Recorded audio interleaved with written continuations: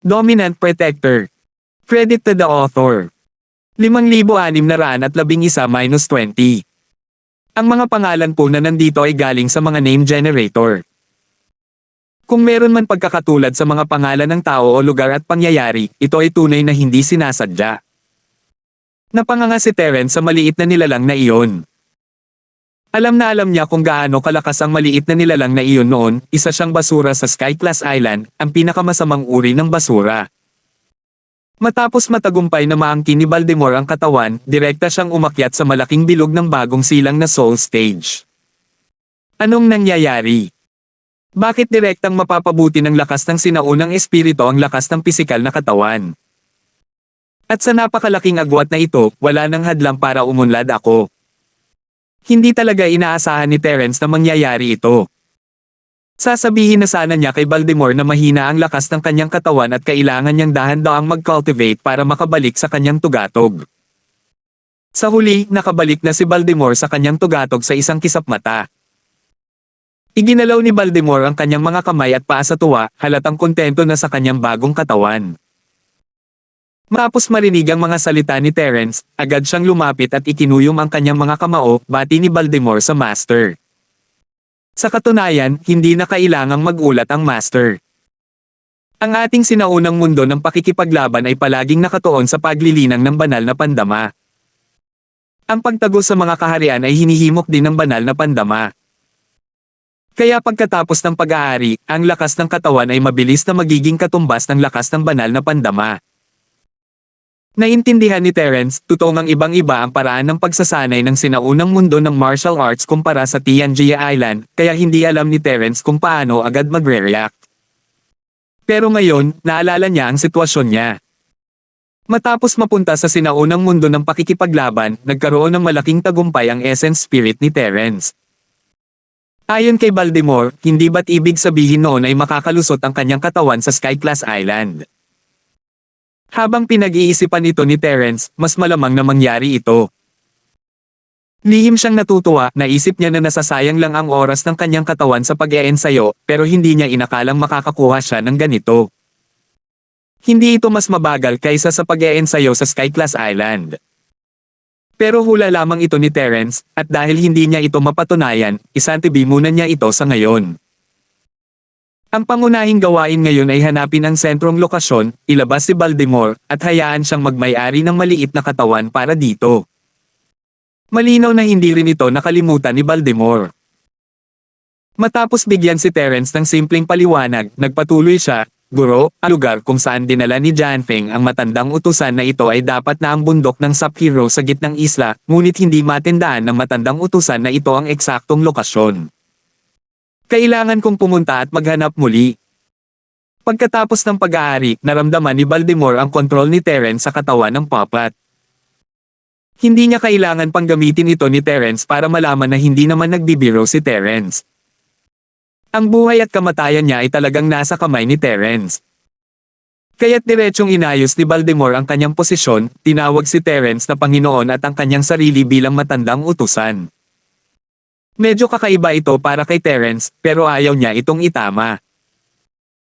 Karaniwan na ang ganitong relasyon ng amo at alipin sa sinaunang mundo ng pakikipaglaban, at hindi ito nakakaakit ng atensyon. Kung ganoon nga, dapat kang pumunta sa bundok ng Sub-Hero at hanapin ang lugar na iyon. Pero sa pagkakataong ito, kailangan mong mag-ingat at manatiling nakatago. Hindi mo maaaring hayaang matuklasan ni Newman ang iyong mga bakas para hindi ma-alerto ang kalaban. Walang sinabi si Terence tungkol sa mga halimaw sa dagat, sinabihan lang si Baltimore na huwag ilantad ang kanyang sarili. Yumuko si Baltimore at sinabing, "Opo, Panginoon." Tiyak na mag-iingat ang matandang lingkod na ito sa pagtatago at tiyak na hindi sisira sa mga plano ng Panginoon. Ngayong ganap nang nagbago ang anyo ng matandang lingkod na ito, walang makakapansin sa matandang lingkod na ito. Tiningnan ni Terence ang kasalukuyang anyo ni Baltimore. Totoo na hindi niya kailanman iisipin na siya si Baltimore, ngunit medyo kakaiba na tawagin siyang Baltimore dahil sa maliit na mukha. Paano kung ganito, hindi mo gagamitin ang pangalang Baltimore sa hinaharap, palitan mo na lang ang pangalan mo ng Trevor. Ang dating may-ari ng katawang ito ay tinawag na Little Trevor, at babaguhin mo naman ang pangalan mo ng Trevor. Maituturing na kayong dalawa ay muling ipinanganak na magkasama. Tiningnan ni Terence ang pamilyar na mukha at naisip ang ninunong si Charlie. Nagtaka siya kung kumusta na ang matanda. Yumuko si Trevor. Salamat sa pangalan, Panginoon. Pupunta na ba ako sa bundok ng Sub-Hero? Teka. Itinaas ni Terence ang kanyang kamay para pigilan si Trevor at sinabing, galing ka sa sekta ng Snow Sword, kaya mayroon akong ilan sa mga pamamaraan ng mental cultivation at martial skills ng sekta. Pakinggan mo ang mga ito at alamin ang mga ito habang papunta ka. Maaari nitong mapabuti ang iyong lakas. Nasa tugatog ka na ng bagong Soul Realm. Kung mauunawaan mo ang mga pamamaraan ng mental cultivation at martial skills na ibinibigay ko sa iyo, maituturing kang isa sa mga nangunguna sa tugatog ng bagong Soul Realm. Salamat po, Panginoon. Gulat na pasalamat ni Trevor kay Terence. Wala siyang ibang magawa kundi ang maging alipin ni Terence upang muling magkatawang tao, ngunit ngayong ibinigay na sa kanya ni Terence ang martial arts ng Snow Sword Sect, katumbas na ito ng direktang pagpapalakas ng kanyang lakas. Agad na bumuti ang mood ni Trevor. Dapat malaman ng isang tao na si Trevor ay isang taong gagawin ang lahat para sa kapangyarihan. Direktang tinamaan ng mga kilos ni Terence ang kanyang kahinaan, at ang kanyang katapatan kay Terence ay lalong lumago. Wala naman talagang pakialam si Terence, ito ay isang bagay na pagmamayari ng sekta ng Espada ng Niebe, kung tutuusin, at ang pagbibigay nito kay Trevor ay normal lang. Isa pa, ito ay isang taong hindi siya pagtataksilan, at ang pagpapalakas ni Trevor ay katulad ng pagpapalakas ng lakas ng grupo ni Terence, magiging kakaiba kung hindi siya gagawa ng isang bagay na kasing lohikal nito. Matapos turuan si Trevor ng paraan ng paglilinang ng nawawalang puso at teknik sa martial arts ng sekta ng Espada ng Niebe, ang lumilipad na espiritong halimaw ay nakapasok na sa tubig dagat. Ang pag-aalsa ng mga halimaw sa dagat ay nagsimulang huminahon sa panahong ito. Ang ahas dagat ay malamang na nakakuha ng pahintulot ng maharlikang pamilya ng mga halimaw sa dagat at pansamantalang napigilan ang pag-aalsa ng mga halimaw sa dagat. Kaya nang makarating sila sa tubig dagat, halos walang mga halimaw sa dagat. Pagkalipas ng isa pang oras, natano na ang baybayin ng mga sinaunang bundok. Naging esensyal na si Terence at lumipad pataas, sabay sabi kay Trevor, maghihiwalay tayo rito. Sakayin mo ang aerial spirit beast na ito at agad na pumunta sa bundok ng Sub-Hero para mag-imbestiga. Kung may matuklasan ka, huwag kang padalos-dalos. Bumalik ka agad at ipaalam mo sa akin. Sa loob ng 2 araw, gusto ko ng resulta, naiintindihan mo. Opo, Panginoon. Naiintindihan ko po. Nagsawa na si Terence na marinig si Trevor na tinatawag ang sarili niyang matandang utusan, kaya hiniling niya rito na palitan na lang ito habang papunta. Mas komportable na ngayon. Matapos magbago ng direksyon si Trevor at maglaho sa kalangitan, lumipad pabalik si Terence sa baybayin. Hindi siya kasing bilis ng isang aerial spirit beast, ngunit hindi rin siya mabagal. Kaya pa rin niyang lumipad pabalik ng mabilis sa kanyang paningin. Paano nagkasundo ang 4 na lalaking ito? Nasa kalagitnaan na ng kanilang pag-iisip si Terence nang makita niya ang 4 na taong hinihingal sa dalampasigan, at kilala niya sila. 2 sa kanila ay sina Matias at Marcelo ng House Troop, habang ang 2 pa ay mula sa pang-araw-araw na sekta. Sila ang nagtangkang pumatay kay Yubi bago pa sila pakawalan ni Terence. Kung titingnan ng kanilang sugatang anyo, dapat sanay nahirapan silang makatakas mula sa kaguluhan ng halimaw sa dagat. Dapat ay 4 na lumilipad na espiritong halimaw ang natitira, ngunit ngayon ay 2 lumilipad na espiritong halimaw na lamang ang natitira. Tila hindi madaling makatakas. 5,612. Kung 2 lang mula sa pang-araw-araw na sekta, hindi sana mag-aabala si Terence, pero naroon ang 2 mula sa bahay ni Chu, at hindi niya sila maaaring baliwalain. Inayos niya ang kanyang direksyon at lumipad palapit. Ayos lang ba kayo? Bumalik sa anyo ni Terence ang kanyang Yuan spirit matapos niyang marating ang pampang at lumapag sa harap ng 4. Master Linford. Nakita ni na Matias at Marcelo si Terence at parehong nagulat at natuwa. Nahirapan silang bumangon at pinagsalikop ang kanilang mga kamao. Sa kabilang banda, ang 2 mula sa pang-araw-araw na sekta ay medyo nahiya nang makita nila si Terence. Tutal, tinuruan na sila ni Terence ng leksyon noon at kahit hinayaan niya sila sa huli, mas nakakahiya lang kung magkikita silang muli sa ganitong sitwasyon. Gusto sana nilang bumangon at magbigay-pugay kay Terence, ngunit mas malala ang kanilang mga pinsala kaysa sa dalawa mula sa bahay ni Chu. Hindi sila makabangon matapos ang ilang pagkibot-kibot kaya't ang nagawa na lamang nila ay ngumiti ng alanganin at mahinang sinabi, pagbati, Senior Linford. Ikinumpas ni Terence ang kanyang kamay, sinasabihan silang huwag masyadong magalang. Pagkatapos ay tiningnan niya ang mga pinsala ng apat na lalaki. Maayos pa rin ang kalagayan ng dalawang taga-house troop, malamang ay nakainom na sila ng mga pampagaling na table task na ibinigay niya sa kanila. Kahit medyo malala pa ang kanilang mga pinsala, dapat ay kaya pa rin nilang mabuhay. Kung tungkol naman sa dalawang lalaki mula sa Everyday and Everyday sect, medyo malala ang kanilang mga pinsala. Kung wala silang top grade 5th grade Great Recovery Pill, malamang hindi sila makakaligtas ngayon. Master Linford, nakasagupan namin ang isang kaguluhan sa mga halimaw sa dagat malapit sa dagat. Bagamat karamihan sa kanila ay mga halimaw sa dagat na nasa yugto ng pundasyon, mayroon ding ilang mga halimaw sa dagat na nasa yugto ng gininto ang core. Kaya, napakahirap silang harapin. Nagawa naming makayanan hanggang sa matapos ang kaguluhan sa mga halimaw sa dagat bago kami nakatakas. Ipinaliwanag ni Matias ang sitwasyon kay Terence nang may mukha na puno ng takot. Tumango si Terence. Tadhana na silang apat ay nagtutulungan sa panahon ng kagipitan. Ang mas bibihira pa ay hindi sila sumusuko sa isa't isa kahit na dalawa na lang ang lumilipad nilang spirit beast. Mas lalong bumuti ang tingin ni Terence sa kanila. Naubos mo na ba lahat ng Great Recovery Pills para sa ikalimang baitang? Casual na tanong ni Terence. Marami na siyang nabigyang grade 5 Great Recovery Pills si Chu, at kung hindi pa rin ito ilalabas ni Matias para kainin ng mga kaibigan niya, malaki ang mababawasan sa tingin ni Terence sa kanya. Napangiti ng mapait si Matias, mabuti na lang at mayroon tayong Supreme Grade 5th Grade Great Recovery Pill na ibinigay mo sa amin. Kaya naman nagkaroon tayong apat ng pagkakataong tumagal hanggang sa huli. Kung hindi, matagal na sana tayong naging merienda ng mga halimaw sa dagat. Sayang at naubos na natin ang lahat ng ating mga medicinal pills sa pag-aalsa ng halimaw sa dagat na ito, kaya naman hindi kayang gamutin ng dalawang kapwa dawist mula sa pang-araw-araw na sekta ang kanilang mga pinsala. Gama ng loob ni Terence matapos marinig iyon. Mabuti na lang at hindi nakagawa si Matias ng ganoong kalaking pagkakamali sa kritikal na sandaling ito. Sa katunayan, hindi kinailangang gumamit ng masyadong maraming chi si Terence para pagalingin silang apat, ngunit ayaw niyang mabunyag ang sekreto ng kanyang chi, kaya kumuha siya ng apat na dekalidad na grade 5 Great Recovery Pills at binigyan sila ng tig-iisa. Tutal, gamit ang stock ni Terence, makakagawa siya ng kahit gaano karaming table task na ito hanggang gusto niya.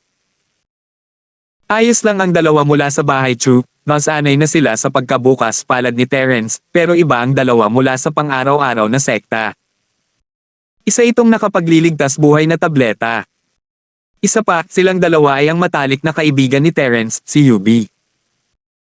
Nagpapasalamat na sila na hindi ito ginawang gulo ni Terence, at ngayon ay uminom si Terence ng isang peak grade 5 Great Recovery Pill para iligtas sila. Gusto nilang suklian si Terence ng kanilang mga buhay. Salamat, Senior Linford, sa pagliligtas sa buhay ko. Matapos nilang inumin ang malaking Cyclac pellet, agad nilang naramdaman ang mabilis na paggaling ng kanilang mga pinsala. Gaya ng inaasahan sa isang Supreme Grade Medicinal Pill, hindi maipaliwanag ang epektong ito. Agad niyang pinasalamatan si Terence. Kumaway si Terence, walang anuman. Magpagaling muna kayo. Mag-usap tayo mamaya. Tumango silang dalawa ng may pasasalamat at hindi na nagsalita. Ginawa nila ang lahat para pagandahin ang mga gamot para gumaling mula sa kanilang mga pinsala. Maya-maya, natapos na silang apat sa pagpapagaling at tumayo upang muling magpasalamat kay Terence. Senior Linford, sa pagkakataong ito, pinabayaan mo na ang mga nakalipas at iniligtas mo ang buhay ng aking junior brother na si Gareth at si Wooji. Wala na tayong may gaganti sa iyo. Mula ngayon, ikaw na ang may huling desisyon sa sekta ng bukas pagkatapos ng bukas. Tiyak na dadaan tayo sa apoy at tubig ng walang pag-aalinlangan. Bagamat tila may kapansanan sa pag-iisip ang Garrett sa maagang yugto ng Nascent Soul noong hinahabol niya si Yubi, tiyak na hindi siya hanggal. Matapos makita ang lakas ni Terence, naisip na ni Lantern na bumuo ng magandang relasyon kay Terence. Sa pagkakataong ito, iniligtas ni Terence ang kanilang buhay sa pamamagitan ng isang panandaliang paraan, kaya agad niyang sinamantala ang pagkakataon at nagdesisyong suportahan ng buo si Terence. Sa unang round, natapos na ang dalawang malalaking boss ng Everyday at Everyday Sect. Kaka-rating lang ni Lantern sa bagong silang na Soul Stage sa panahong ito. Kasama si Wooji, silang dalawa ang halos mga pinuno ng Everyday at Everyday Sect. Hanggat nakapagdesisyon sila, maaayos ang bagay na ito. Bahagyang ngumiti si Terence at nakipag-usap ng may paggalang kina Lantern at Wooji. Isa itong kaaya-ayang sorpresa. Dalawang mahusay na pildores sa paggaling sa ikalimang baitang ang kayang supulan ng isang pang-araw-araw na sekta. Sulit talaga ito. Wala talagang pakialam si Terence sa pang-araw-araw na sekta, pero mabuti na rin na handa silang magpasakop sa kanya. Kung iisipin, lahat ng 10 maliliit na sekta, kasama na ang pang-araw-araw na sekta, ay tila kakampi ni Terence. Sa ganitong paraan, mas madali pang hamanin ang Big Four. Matapos maging isa sa Big Four, agad na maaabot ng Percival ang tugatog ng kapangyarihan. Kung hindi nahuli ni Central ang asul na ahas, naisip ni Terence na ang paglalakbay na ito sa walang katapusang dagat ay magiging isang perpektong wakas na may malaking ani. Ngunit dahil sa pag-aalsa ni Central, hindi maaaring maging masaya si Terence. Hindi maisasagawa ang ikalawang round ng kompetisyon gaya ng dati dahil sa pag-aalsa ng mga halimaw sa dagat sa walang katapusang dagat. Bumalik na tayo sa bayan ng Ying at tapusin ang ikalawang round ng kompetisyon. Gusto ni Terence na tapusin ang sinaunang laban sa lalong madaling panahon upang magkaroon siya ng oras na harapin ang Central. Hindi iyon utos, pero ang posisyon ni Terence sa kanilang mga puso ay malinaw na naiiba kaysa dati. Wala silang anumang pagtutol at tumango lamang. Sa totoo lang, kahit hamupa na ang kaguluhan sa mga halimaw sa dagat, medyo natatakot pa rin silang bumalik at manghuli ng mga halimaw sa dagat ng ilang sandali. Natural lamang na bumalik sila. 4 silang nakaupo sa 2 lumilipad na spirit beast na halos hindi sapat. Patuloy na lumipad si Terence sa kanyang anyong spirit. Pagbalik nilang 5 sa bayan ng Ying, nakabalik na ang iba. 5,613. Isang himala na wala sa 20 taong lumahok sa 10 maliliit na kompetisyon ang namatay sa pag-aalsa ng halimaw sa dagat. Kung tungkol naman sa mga taong mula sa sekta ng Chenkon at sekta ng 5 elemento na namatay, hindi sila kabilang sa 10 maliliit na kompetisyon, kaya hindi sila isinama. Nang makita ang pagbabalik ng grupo ni Terence, ang walang talo at sinaunang si Wooking at ang iba pang mga taong nakataka sa panganib ay nagtipon sa paligid at binati si Terence. Kahit si Reggie ay hindi makasingit, kaya't ngumiti na lamang siya at naghintay. Sina Dawis Duji at Ziggy naman ay mukhang patay na ang kanilang mga magulang. Tiningnan nila si Terence, na napapaligiran ng mga tao, na may matinding hinanakit sa kanilang mga mata. Ang mga taong ipinadala nila ay nabasag ang kanilang mga soul jade plate, at ngayon ang grupo ni Terence ay buhay na buhay na. Kailangan pa bang itanong kung ano ang nangyari? Maya-maya, humiwalay na rin si Terence sa karamihan at lumapit sa 4 na kinatawan, nagkaroon ng kaguluhan sa dagat sa walang katapusang dagat, kaya hindi na kailangan ang 3 araw ng ikalawang round.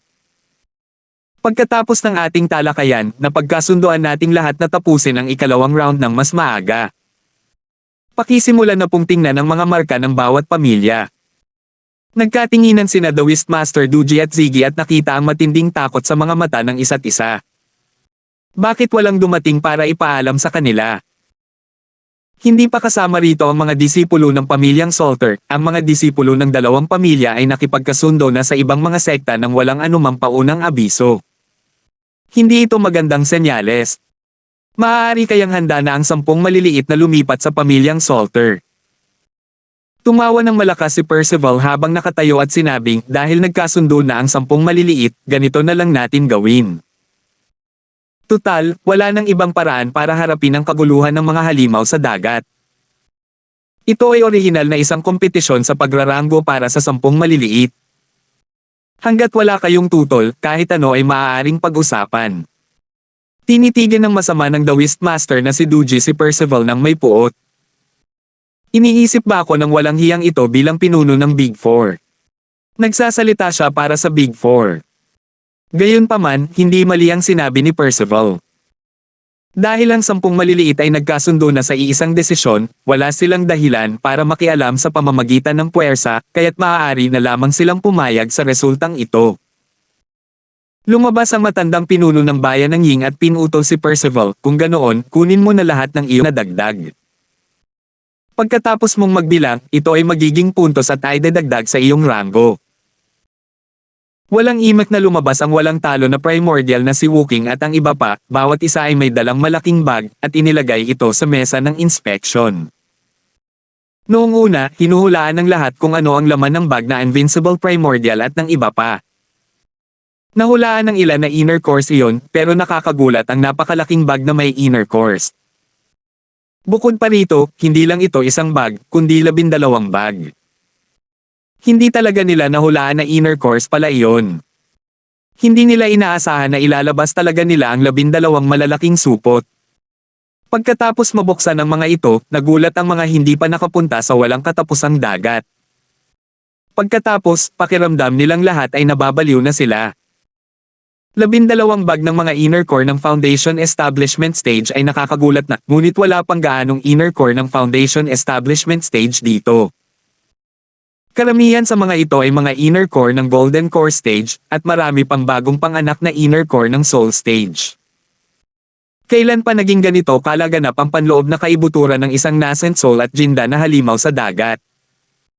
Kaya niyang umani ng isang piraso ng lupa dahil lang sa gusto niya. Maging ang mga kinatawan ng Big Four ay natigilan. Bahagyang ngumiti si Terence. Ang mga inner core dito ay nakuha naming 10 noong nagsanib puwersa kami para labanan ang mga halimaw sa dagat noong kaguluhan. Kaya, ang mga inner core na ito ay hahatiin ng pantay sa aming 10. Nang lumabas ang mga salitang ito, nagkagulo ang lahat. Natigilan si Invincible Primordial noong una, ngunit pagkatapos ay humakbang siya paarap at sinabing, hindi. Labis ang tuwa ni The Whist, Duji at Ziggy, iniisip na naapektuhan ng plano ni Terence ang kita ng hindi matatalo na si Teigo at naging dahilan upang atakihin nito si Terence. Kung gayon, wala silang pakialam kung kumuha sila ng bangkito para maupo at masiyahan sa palabas. Sa sandaling lumabas ang Invincible Primordial, ipinahayag ni Wooking, Baxter, at ng iba pa ang kanilang pagtutol. Gayunpaman, ang kanilang mga dahilan ay nagpadilim sa mga mukha ng The Wistmaster na si Duji at Ziggy na naghihintay lamang na manood ng isang magandang palabas. Master Linford, mahigit 70% ng mga inner core na ito ay nakuha mo. Paano mo ito hahatiin ng pantay sa 10 maliliit? Paano kung ganito, ang dami ay magiging puntos pa rin? Master Linford, maaari mong kunin ang 70% at ang natitirang 10% ay hahatiin ng pantay sa ating siyam. Kung hindi ka pa rin sumasang-ayon, mas gugustuhin naming huwag magkaroon ng mga inner core na ito. Iniharap ni Invincible Primordial ang kanyang plano ng may mapagpasyang ekspresyon na parang walang lugar para sa diskusyon. Nagpahayag din ng kanilang suporta sina Wooking at ang iba pa. Kung tungkol naman sa ilang sekta na hindi lumahok sa labanan, wala silang anumang pagtutol. Naisip ni Terence na hindi ito problema, pareho naman sila ng puntos, ibig sabihin ay hindi na nila kailangang makipagkompetensya sa ikalawang round. Para naman sa 70% inner core, magagamit niya ito para tapusin ang laban sa halimaw na kumakain ng espiritu. Sige, tapusin na natin ito. Gayunpaman, gaano man karami ang inner cores, hanggang doon lang ang mga puntos, nakangiting sabi ni Terence. Natuwa siyang makita ang kanilang mga reaksyon, kahit papaano ay nangangahulugan ito na nagsisimula ng makita ng 10 maliliit ang paaralan ng Percival bilang kanilang pinuno. Pagkaraan ng maikling panahon, binilang ang mga panloob na core. Nanginginig na sinabi ng mga tao sa bayan ng Linford, mayroong kabuoang 2,125 panloob na core. 181 sa mga ito ay nasa orihinal na antas, 1,628 sa mga ito ay nasa yugto ng Ores Core, at ang natitira ay nasa yugto ng pagtatatag ng pundasyon. Kung tungkol naman sa mga maaga, gitna, at huling yugto, hindi na kailangang iulat ang mga ito. Hindi pa kailanman lumitaw ang ganitong ani noon kahit isang bahagi nito. Mayroong mahigit 2,000 na panloob na core ng halimaw sa dagat, ngunit 10% lamang sa mga ito ang panloob na core ng pundasyon. Mayroon ding mga panloob na core ng pundasyon na mas malaki lamang ng kaunti kaysa sa mga panloob na core ng bagong silang na kaluluwa. Kung hindi ito makikita ng sarili nilang mga mata, walang maniniwala rito. Sa ganitong pangkat ng mga panloob na core ng halimaw sa dagat, ilang gintong core at orihinal na mga eksperto sa yugto ng sanggol ang ipanganganak sa maliit na mundo ng sinaunang panahon. Hindi kalabisan sabihin na ang pangkat na ito ng mga panloob na core ng halimaw sa dagat ay kumakatawan sa isang maunlad na panahon para sa maliit na Jiangho noong sinaunang panahon. Kapag mas maraming eksperto, mas marami ang bilang ng mga panloob na core ng halimaw sa dagat na hinuhuli, at mas maraming eksperto ang isisilang. Maraming tao na ang nahulog sa isang napakagandang pantasya. Sa kanila, ang pinakamasaya ay walang iba kundi si Ziggy, na may maitim na mukha ngayon. Ayon sa mga nakaraang patakaran, lahat ng panloob na core ng mga halimaw sa dagat na hinuhuli ay ibibigay sa sekta ng 5 elemento upang pinuhin at gawing mga elixir.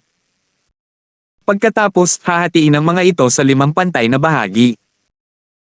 Ang sekta na nagambag ng panloob na core ay makakakuha ng isa, ang sekta ng 5 elemento ay makakakuha ng isa, at ang iba pang 3 pangunahing sekta at 4 na pangunahing sekta ay makakakuha ng isa. Kasama ang 10 maliliit na sekta na nagambag ng panloob na core, ang 10 maliliit na sekta ay makakakuha ng isang bahagi. Ang huli ay ibebenta sa mga sekta at pamilya maliban sa 4 na malalaki at 10 maliliit, at ang kita ay patuloy na ipamamahagi ayon sa ranggo. 5,614. Sa ilalim ng modelong ito, ang sekta na nagambag ng mga panloob na elixir ay tila nakakakuha ng pinakamaraming elixir, ngunit sa katunayan, ito ay 22% lamang na mas mababa kaysa sa normal na alchemy. Ang sekta na may 5 elemento ay maaari ring makakuha ng 1/5 ng mga elixir. Bagamat tila ang kita ay hindi kasing laki ng karaniwang kita sa alchemy, lahat ng mga materyales ay ibinigay ng ibang mga sekta. Bukod dito, ang bilang ng mga elixir na nabuo sa huli ay tinutukoy din ng sekta na may 5 elemento. Maraming mga trick dito, kaya hindi imposible para sa kanila na kunin ang kalahati ng mga elixir. Dati, hindi naman sana ito malaking problema. Tutal, kakaunti lang ang panloob na core ng mga halimaw sa dagat. Pero sa pagkakataong ito, napakarami ng panloob na core. Nakita na ni Ziggy ang ganap na pag-angat ng 5-element sect at naging numero 1 sect sa maliit at sinaunang martial world. Tiningnan ni The Wistmaster Duji ang malaking tumpok ng mga panloob na core at tumango dahil nakapagdesisyon na ang 10 maliliit na sekta makakakuha ng 10 puntos ang paaralan ng Percival sa pagkakataong ito. Tabla ang iba pang mga sekta sa pangalawang pwesto at makakakuha ng 9 na puntos ng sabay-sabay. Hindi magbabago ang real-time ranking. Tulad ng iniisip ni Ziggy, gusto rin ng The Wistmaster na si Duji na tapusin ang bagay na ito sa lalong madaling panahon at pagkatapos ay hayaan ang 5-element sect na gumawa ng mga elixir.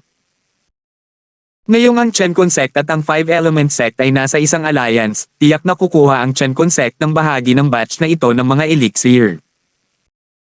Kung tungkol sa kung paano hahatiin ang mga ito, kailangan pa rin itong pag-usapan ng mabuti. Sumulyap ang dakilang matanda ng bayan ng Yingkay kagalang-galang na Duji. Dahil nakapagsalita na ito, tanging ang karapatang magsalita na lamang ang magagawa niya. Matapos ay anunsyo ng The Wistmaster na si Duji ang real-time ranking, agad niyang itinuro ang tumpok ng mga inner core at sinabing, ayon sa mga nakaraang patakaran, ang mga inner core na nakuha mula sa pagpatay sa mga si Beast ay ibibigay sa 5-element sect upang pinuhin at gawing elixir at pagkatapos ay ipamahagi. Hindi naiiba ang pagkakataong ito. Itago ang mga inner core na ito at ipadala ang mga ito sa 5-element sect mamaya. Sandali lang. Biglang sigaw ni Matias, mahigit 70% ng mga panloob na core na ito ay kay Master Linford. Bakit natin ibibigay ang mga ito sa sekta ng 5 elemento para gumawa ng mga tableta at ipamahagi ang mga ito? Kalokohan. Si Master Linford ay isang napakahusay na alchemist. Karamihan sa mga tabletang pinipino niya ay may pinakamataas na kalidad. Kung ikukumpara sa sekta ng 5 elemento, mas mataas ang kanyang rate ng tagumpay. Kalokohan ang hilingin sa isang master na hayaan ang sekta ng 5 elemento na pino ang kanyang panloob na core. Tumanggaw si Terence sa sarili. Sa pagkakataong ito, talagang matala si Matyas, maaga siyang dumating para tulungan ito. Nakita ni Baxter na pambihirang pagkakataon ito. Bagamat hindi niya alam ang husay ni Terence sa pagpino, dahil sinabi ito ni Matyas, kailangan niya itong sundan at suportahan. Kaya sinabi rin ni Baxter ng may katarungan, hindi masama. Kung hindi isang alchemist si Master Linford, hindi mahalaga kung ibigay natin siya sa sekta ng 5 elemento.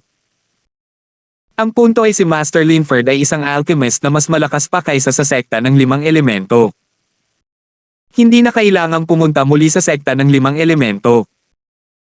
Naniniwala rin ang ating sekta ng Yanzi na hindi natin dapat sundin ang mga patakaran sa pagkakataong ito.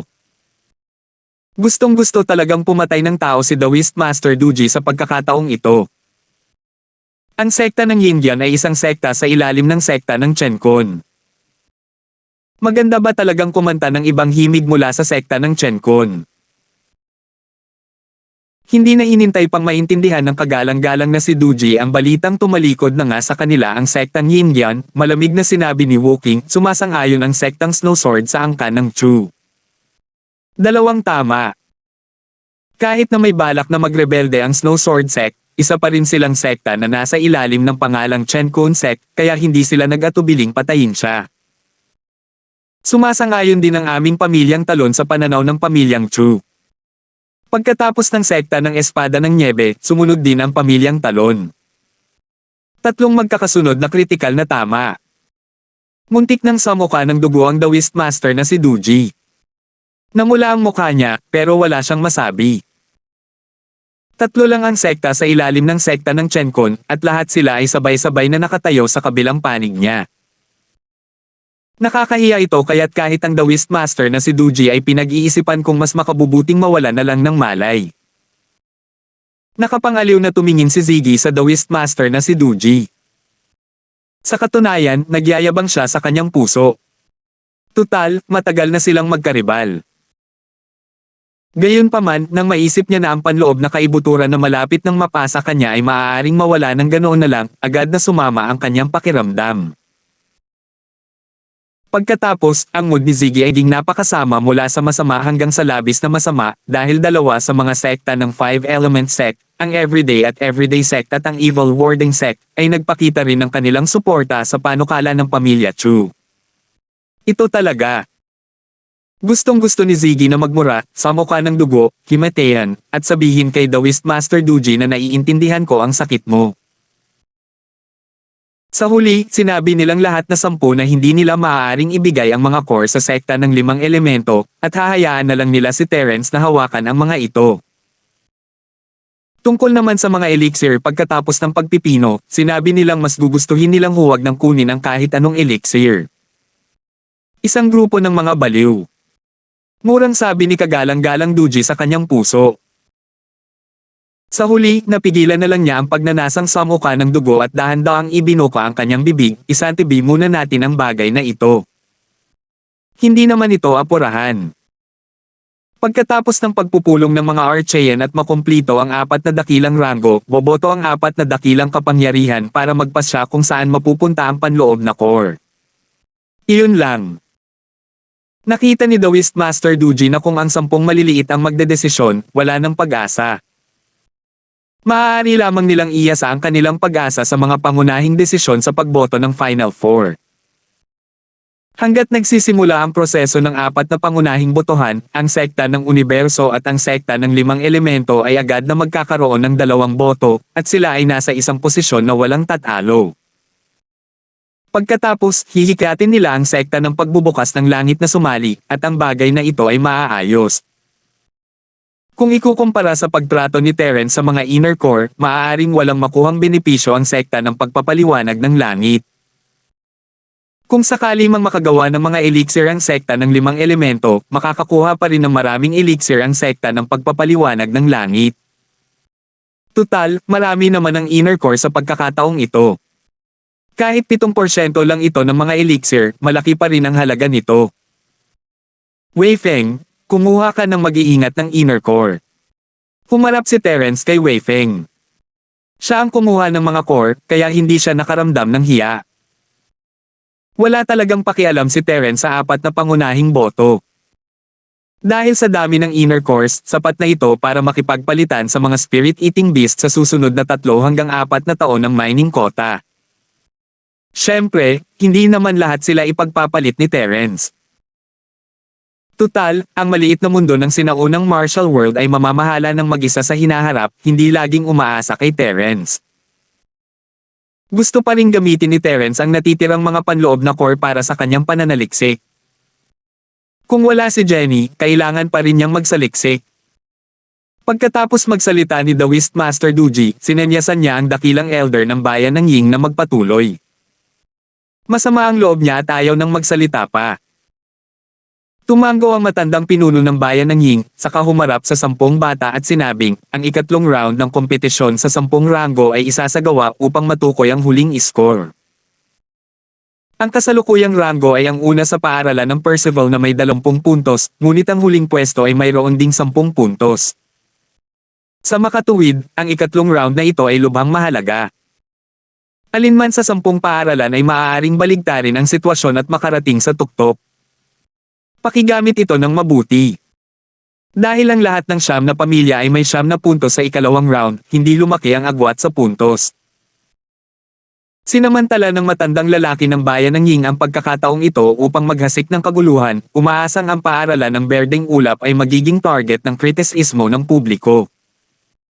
Sa kasamaang palad, hindi pa rin niya maintindihan ang sitwasyon ngayon. Ang paaralan ng Percival ay naging pinuno ng 10 maliliit. Kahit anong gawin niya para maghasik ng kaguluhan, wala itong silbi. 5,615. Ang ikatlong round na ito ay magiging isang tunay na kompetisyon ng lakas. Ito pa rin ang 3 round ng kompetisyon sa pagitan ng orihinal na Infant Stage, Golden Core Stage at Foundation Establishment Stage. Magtatapos ito sa 2 panalo. Sa simula, ang mga kalaban ay pagpapasyahan sa pamamagitan ng bunutan. Ito ay magiging isang 5v5 na laban. Ang mananalo ay uusad sa top 5 at ang matatalo ay lalaban para sa ika-6 hanggang ika-10 na pwesto. Dahan-dahang nagsalita ang dakilang elder ng bayan ng Ying habang binibigyang pansin ang mga reaksyon ng 10 maliliit na pamilya. Gayunpaman, ang ikinagulat niya ay ang 10 maliliit na bata ay pawang kalmado. Walang kakaiba. Tama lang, hipatas ang panuntunang ito. Isang round lang ang magpapasya kung ang puntos ay mapasama sa top 5 o top 10. Masyadong mataas ang kawalan ng katiyakan. Dahil walang sumagot, ang dakilang matanda ng bayan ng Ying ay dahan-dahan na lamang nagpatuloy, ang nangungunang 3 ay pagpapasyahan pa rin sa pamamagitan ng bunutan. Ang isang koponan ay makakakuha ng buy, at ang koponan na makakakuha ng buy ay kailangang tanggapin ang hamon kung sila ay hamanin ng isang natalo mula sa nangungunang 3. Matapos mapagpasyahan ang nangungunang 3, magpapatuloy sila sa bunutan para sa nangungunang 2. Ang mga patakaran para sa mga natalo ay magiging pareho, at ang mga natalo ay magkakaroon ng pagkakataong hamanin ang mga natalo upang magpasya kung papasok sila sa finals. Ang huling round ay ang finals, kaya ang mga patakaran para sa huling 5 ay pareho sa nangungunang 5. May problema ba? Lumingon si Terence sa mga ehekutibo at mahinang sinabi, hindi patas ang mga patakaran, pero hindi mahalaga iyon. Sana ay tumigil ang lahat sa 1 punto sa kompetisyon at hindi magdulot ng mga hindi kinakailangang pinsala. Kung may gustong pumatay sa kabilang panig, tingnan natin kung paano ito mangyayari mamaya. Senior Linford, huwag kang mag-alala. Alam namin ang ginagawa namin. Huwag kang mag-alala, Master Linford. Nasa iisang panig lang tayo. Hindi natin siya papatayin. Sumangayon ang lahat ng tao mula sa 10 maliliit na sekta. Hindi naman sila bobo, hindi pa kasama si Percival sa malaking apat pero isa sila sa 10 maliliit na sekta. Dahil magkakaibigan sila sa iisang hukay, magiging katangahan kung papatayin sila ngayon. Iniisip ba talaga nilang hindi pumatay si Terence? Nawala ng malay ang matanda sa bayan ng Lynn, wala siyang natanggap na tugon, pero ang isang pangungusap ni Terence ay sapat na para sumagot ang lahat. Nagtinginan sina Dawis, Duji at Ziggy na walang magawa. Hindi nila maintindihan kung paano natanggap ni Terence silang lahat sa 10 grupo sa loob lang ng maikling panahon. Kung ikukumpara silang dalawa, ang Big Four, ay napakahina kaya hindi sila maikukumpara. Sa pagkakataong ito, kahit ang sekta ng Kaizen ay hindi natuwa. Si Terence na ang nagtakda ng mga patakaran, at halos wala ng miyembro ang Big Four. Gaano man ka-neutral ang sekta ng Kaizen, isa pa rin sila sa Big Four, kaya normal lang na magkaroon sila ng mga iniisip. Matapos lumabas ang resulta ng draw, ang 10 hanggang 5 kalaban ng paaralang Percival ay ang sekta na pang-araw-araw. Nang mabunat ni Lante ng Percival School, hindi lamang siya hindi nalulumbay, sumigaw pa siya ng may tuwa, kami, ang sekta na pang-araw-araw, ay umaamin ng pagkatalo. Para aminin ang pagkatalo sa ganitong kasayahan at katwiran, malamang si Huanggang ang nauna, tama ba? Hindi na muling umamin ng pagkatalo ang 4 na grupo, at lahat ay lumaban ayon sa mga patakaran. Ngunit matapos maitakda ni Terence ang tono, lahat ay nagkasundo, at walang sino man ang talagang gustong isugal ang kanilang buhay. Pagkatapos ng 1 oras, napagdesisyonan na ang top 5. Bukod sa Green Cloud School, ang Snow Sword Sect ang unang nakapasok sa top 5, kasunod ang Thousand Blade Sect. Ito ay isang sect na may 2 tao lamang at nakipaglaban sila mula sa 10 kandidato hanggang sa top 5. Pangalawa na sila sa puntos at hanggat nanalo pa sila ng isa pang laban, tiyak na mapapasailalim sila sa top 3. Natanggal na ng sekta ng Yellow Storm ang pamilyang Talon at nakapasok sa top 5, ngunit mula sa pananaw ni Terence, binibigyan siya ng pamilyang Talon ng mukha at si UB, kaya hinayaan nilang umusad ang sekta ng Yellow Storm. Walang masabi si Terence tungkol dito. Ang huling pwesto ay nakuha na ng masasamang sekta ng mga tagapagtanggol. Naalis na nila ang Soaring Heaven Sect at nakapasok sa top 5. Sumunod, oras na para sa isang bagong round ng bunutan. Sa bunutan para sa nangungunang 3, nagkaroon ng bayang Percival School na nagpagan sa loob ng 4 na pamilya. Kung tutusin, kung matalo man sila laban sa Percival School, isa itong direktang pag-amin ng pagkatalo at wala nang gaanong masasabi. Ngayong 2 na silang naglalaban, lahat ay aasa sa kanilang lakas para makapagsalita. Ang mga mabibigo ay hindi na kailangang mag-aksaya ng oras para hamanin ang bay. Masasabing ito ang pinakamagandang resulta ng bunutan. Sektang Espada ng Niebe laban sa sekta ng Dahon ng Espiritu, sekta ng Libong Talam laban sa sekta ng Tagapagtanggol ng Kasamaan. Pagkatapos ng ilang kapanapanabak ngunit hindi masyadong matinding labanan, nagsanib puwersa ang sekta ng Espada ng Niebe at sekta ng Libong Talam upang makapasok sa nangungunang 3. Sa pagkakataong ito, wala nang silbi ang mukha ni Yubi. Kung bibigyan ng sekta ng Espada ng Niebe si Yubi ng mukha, saan nila ilalagay ang kanilang malamig na mukha? Ang nangungunang 3 ay bubunot ng lote. Ang Thousand Blade Sect ay magkakaroon ng bay, at ang Snow Sword Sect ay lalaban sa Green Cloud Sect. Malamig na inanunsyo ng dakilang elder ng bayan ng Ying ang resulta ng bunutan. Nakita niya na kahit makakuha ng bayang Green Cloud School o hindi, pareho lang ang resulta.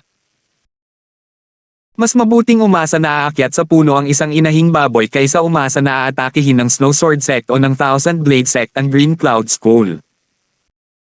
Gaya ng inaasahan, pagkatapos lumabas ang resulta ng draw, inamin ng Snow Sword Sect ang pagkatalo at hindi na hinamon ng Thousand Blade Sect na may free pass. Agad silang nakakuha ng 3 pwesto. Sa katunayan, si Wukong ay nasa tugatog na ng bagong Soul Realm. Bagamat kakabreak niya lang at ang kanyang pundasyon ay hindi kasing lakas ng noong sinaunang panahon, malaki pa rin ang tsansa niyang manalo laban sa Thousand Blade Sect para sa pangalawang pwesto.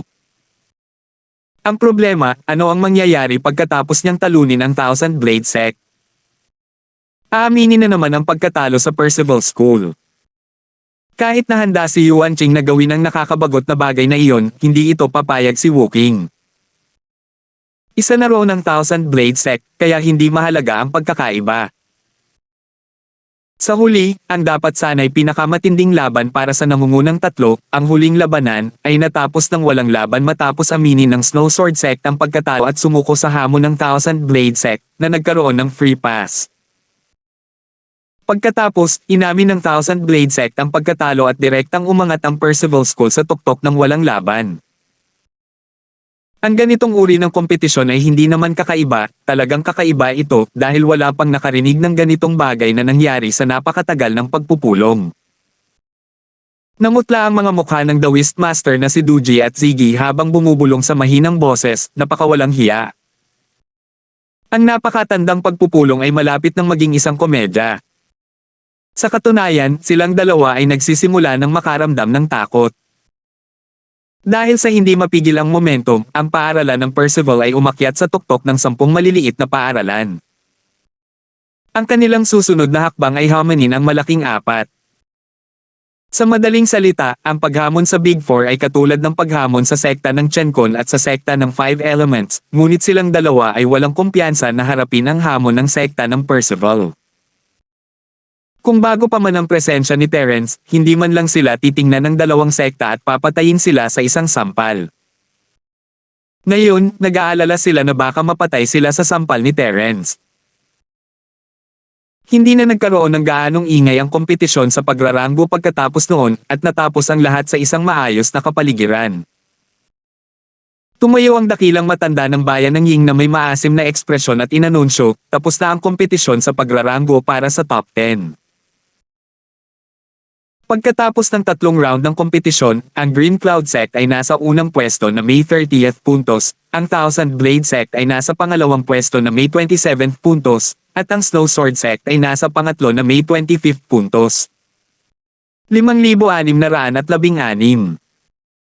Ayon sa mga naunang tuntunin, ang 10 pinuno ay may karapatang hamanin ng direkta ang 4 na dakila, habang ang pangalawa at pangatlong pinuno ay may karapatang hamanin ang mga kahalili. Tulad ng mga naunang hamon, tanging kapag nagtagumpay ang pinuno ay saka lamang magkakaroon ng pagkakataon ng pangalawang pinuno na ipagpatuloy ang hamon. Kung magtagumpay ang pangalawang pinuno, magkakaroon ng pagkakataon ng pangatlong pinuno. Simula sa pang-4 na pinuno, wala na silang karapatang hamanin ang mga kahalili. Ano man ang nangyari noon, wala silang kinalaman dito. Kung ang una sa 10 kabataan ay direktang nabigo sa hamon, ang iba ay walang karapatang humamon. Ang naiiba sa hamon ng 10 kabataan ay ang hamon ng 4 na dakila ay hindi gumamit ng mga espiritual na jade upang lumahok sa labanan ng sugal. Kung ang hamon ng unang tao ay nabigo, ang hamon ng 4 na dakila ay matatapos na. Matapos ay anunsyo ng dakilang elder ng bayan ng Ying ang ranggo ng top 10, lumingon siya at tumingin kay The Wistmaster Duji bago nagpatuloy, tapos na ang ranggo ng top 10. Ang napakatagal na pagpupulong ay magpapahinga ng isang araw. Pagkatapos ng isang araw, magpapatuloy ang kompetisyon sa pagitan ng top 4 at top 10. Iaanunsyo ko ang mga patakaran pagdating ng oras. Lahat kayo, mangyaring bumalik at magpahinga. Kumunat ang noo ni Terence. Gusto na niyang tapusin ang pagtitipon sa lalong madaling panahon at pagkatapos ay makipagkita sa mga halimaw sa dagat upang mahanap ang sentro. Kahit wala ng balita tungkol kay Trevor, hindi na niya maaaring ipagpaliban pa ang pagtitipon. Nagkataong nakita ni Reggie ang ekspresyon ni Terence. Hindi siya pumunta sa walang katapusang dagat para lumahok sa labanan sa isla, ngunit sinabi na sa kanya ni Wei Feng ng detalyado noong siya ay bumalik. Kahit hindi niya alam ang kasunduan sa pagitan ni Terence at ng mga halimaw sa dagat, alam niyang hindi natuwa si Terence sa pagkaantala ng Big Four. Kaya, pagkatapos magsalita ng dakilang matatanda ng bayan ng Ying, agad na sinabi ni Reggie, bakit kailangan mo pang magpahinga ng isang araw? Bilang bagong pinuno ng 10 maliliit, maaari nang simulan ng ating paaralan ng berdeng ulap ang paghamon sa 4 na dakila ngayon. Tungkol naman sa pahinga, magkakaroon tayo ng sapat na oras para magpahinga pagkatapos ng napakatagal na pagpupulong. Pakiusap simula na agad ang hamon ng apat na dakila. Bilang bagong pinuno ng sekta sa nangungunang 10 maliliit na sekta, mas mabigat ang mga salita ni Reggie kaysa dati. Dati, walang magbibigay pansin sa kanya. Tutal, wala namang kwenta ang paghihintay ng isa pang araw. Ngunit ngayon, sa kanyang mga salita, maraming sekta ang agad na nagpahayag ng kanilang suporta. Totoo ito lalo na para sa Thousand Blade Sect at sa Snow Sword Sect. Pagkatapos ng hamon ng paaralang Percival, sila na naman. Dahil sinabi na ito ni Reggie, natural lang na kailangan nila siyang suportahan. Tutal, hindi naman sila masyadong nagsikap sa laban para sa ranggo ng top 10. Mga walang hiya. Kayo ba ang may huling desisyon sa lumang pagpupulong? Ito ay isang patakaran na itinakda ng Big Four. Sino mang ayaw sumunod dito ay dapat umalis agad sa 10 maliliit. Sigaw ng unang elder na si Lazaro, ang kanyang mukha ay puno ng galit. Gayunpaman, sa paningin ng mga tao, malinaw na nagmamatigas siya sa labas ngunit sa totoo lang ay duwag sa loob. Mga patakarang itinakda ng Big Four. Pangiinis ni Terence. Sige, susundin natin ang mga patakaran. Pero huwag mong hayaang malaman ko na may hindi sumusunod sa mga patakaran. Sa oras na iyon, marahil panahon na para bumuo ng isang bagong Big Four. Kung hindi lang ito masyadong mahirap, pwedeng iwan na lang ni Terence ang sektang Chenkon at ang sektang 5 elemento at bumuo ng sarili niyang 4 na malalaki at 10 maliliit na sekta. Ang 10 maliliit na sekta ay nasa ilalim na ng kontrol ni Terence ngayon at gayon din ang pamilyang Salter. Neutral ang sektang Kaizen, pero mga taong bakod lang sila. Malamang ay lalapit sila kay Terence kung makikita nila kung gaano siya kalakas. Binabalaan ni Terence ang sekta ng Chenkon at ang sekta ng 5 elemento na huwag gumawa ng anumang palihim. Kaya niyang maghintay ng isang araw. Tutal, gaano man kabilas si Trevor, matatagalan pa rin siya bago makabalik. Ayaw ni Terence na sayangin ang oras dito. Hindi pa huli ang lahat para tapusin ang maiting bukas. Sumanghal sina kagalang-galang na Duji at Ziggy at umalis ng walang imak. Si Dunan Duji naman ay tumingin kay Terence nang may makahulugang tingin at sumunod na may ngiti. Tanging si Percival lamang ang tumakbo palapit ng may ngiti. Binati muna niya sina Terence at Reggie, pagkatapos ay nagsalita ng ilang walang kwentang salita bago hinabol sina kagalang-galang na Duji at ang dalawa pa. Tiyak na dadalo si Percival sa pagpupulong ng Big Four kung sakaling may maisip silang masamang ideya. Kung wala siya roon, hindi niya malalaman ang balita ng maaga. Lahat kayo, may opinyon ba kayo tungkol sa 4 na malalaking hamon sa pagkakataong ito? Pumunta silang 4 sa isang lihim na silid at naupo. Sabi ng Daoist Master na si Duji nang may malungkot na mukha. Ngumisi si Ziggy at sinabing, ano ang masasabi ko? Nakita na nating lahat ang lakas ng paaralang Percival, at palagi tayong kakampi sa pag-atake at pagtatanggol, hindi hinahayaang lumitaw ang mga bagong sekta at pamilya.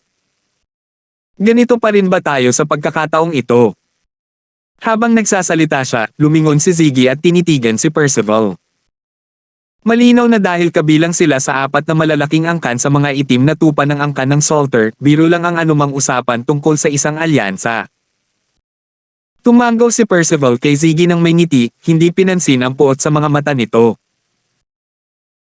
Ang ekspresyon niyang, gustong-gusto kitang makitang nakatingin sa akin na may ekspresyong hindi mo matiis pero hindi mo ako kayang patayin, ay lalong nagpagalit kay Ziggy, ngunit wala talaga siyang magawa. Kinuha ni Dunan Dujen ang tasa ng tiyan na kakahain lang at humigop, sa kadahan-daang sinabi, hindi maiiwasan ang hamon mula sa Green Cloud School. Ang tanong ay, aling pamilya ang sasali sa Green Cloud School Challenge? Mukhang napakataas ng tsansa ng ating Heaven Opening Sect na magtagumpay, ngunit sa kasamaang palad, sa Heaven Opening Sect, ang pinakamakapangyarihan ay ang matandang ito. Wala tayong numero 1 nascent soul stage expert tulad ng Daoist Master na si Dunan para mga siwa sa atin, kaya napakataas ng posibilidad na matanggal tayo sa Big Four.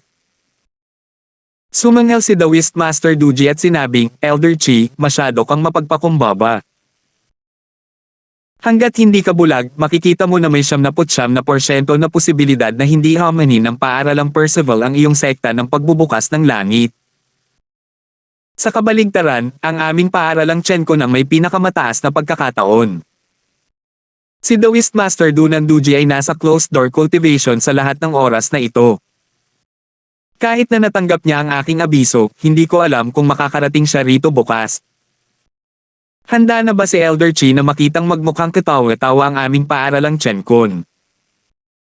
Master ng Dawist na si Duji, medyo seryoso ang mga sinabi mo. Mabilis na ikinumpas ni Dunan Duji ang kanyang kamay at nakangiting sinabi, bagamat may kompetisyon sa pagitan ng apat na malalaking sekta, pareho pa rin tayo ng mga taong nasa iisang landas. Kahit nahamanin ng sekta ng Percival ang sekta ng Chenkon, magkakaroon ba ng magandang buhay ang ating sekta ng pagbubukas ng langit pagkatapos nilang maupo sa trono? Medyo bumuti ang ekspresyon ng naliwanagang taong si Duji. Bagamat tila ipinahihiwatig ng mga salita ni Dunan Duji na tiyak na magtatagumpay ang paaralang Percival sa paghamon sa paaralang Chenkon, sa totoo lang ay iyon ang iniisip niya sa kanyang puso, kaya hindi siya nagpahayag ng anumang sama ng loob. Kalimutan mo na, kalimutan mo na. Sa tingin ko wala nang dapat pag-usapan ng ganito. Maghiwa-hiwalay na tayo. Biglang sabi ni Ziggy na may naiinip na ekspresyon. Kasabay nito, binigyan niya ng banayad na tingin ang kagalang-galang na si Duji at si Dunan Duji, ngunit iniwasan niya si Percival. Sabay na naintindihan nilang dalawa. Dahil nandito si Percival, anumang planong maisip nilang tatlo ay agad niyang ilalabas. Kulang na lang ay magdikit siya ng sulat na nagsasabing, I'm a spy, sa ulo niya. Wala nang saysay na ituloy pa ang meeting na ito. B. 5,617.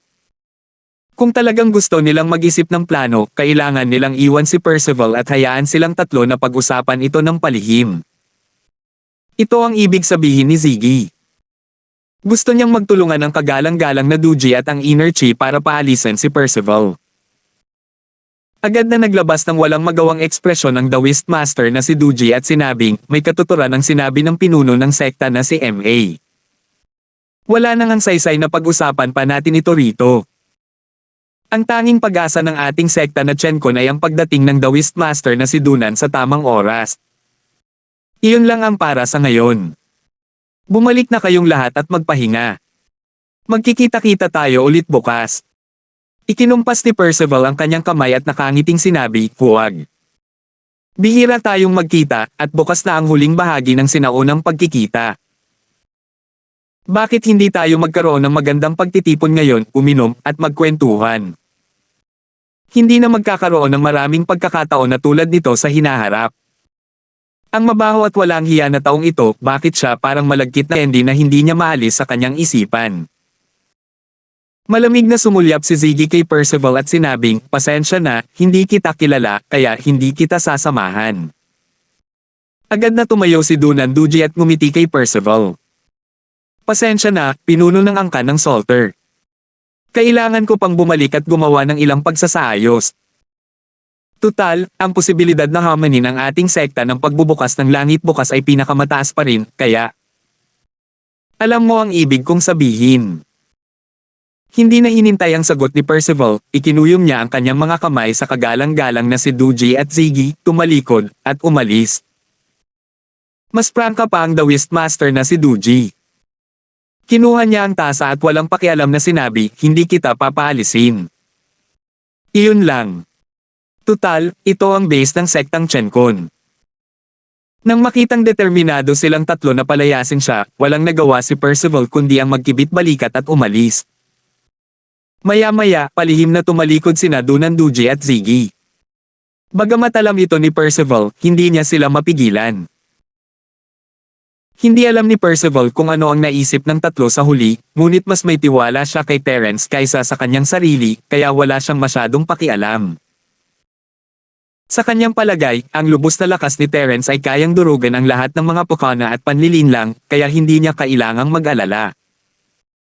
Kinabukasan ng umaga, nagmamadaling bumalik si Trevor sa bayan ng Linford at natagpuan ang himpilan ng paaralan ng Percival. Medyo nagulat si Terence.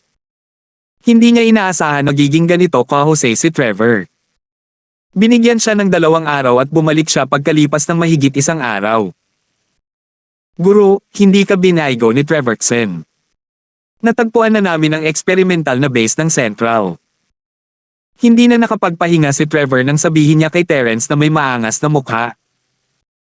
Parang may nakasulat na purihin ako sa kanyang mukha. Magaling. Nakangiting sabi ni Terence. Talaga bang nasa bundok ng Sub-Hero ito?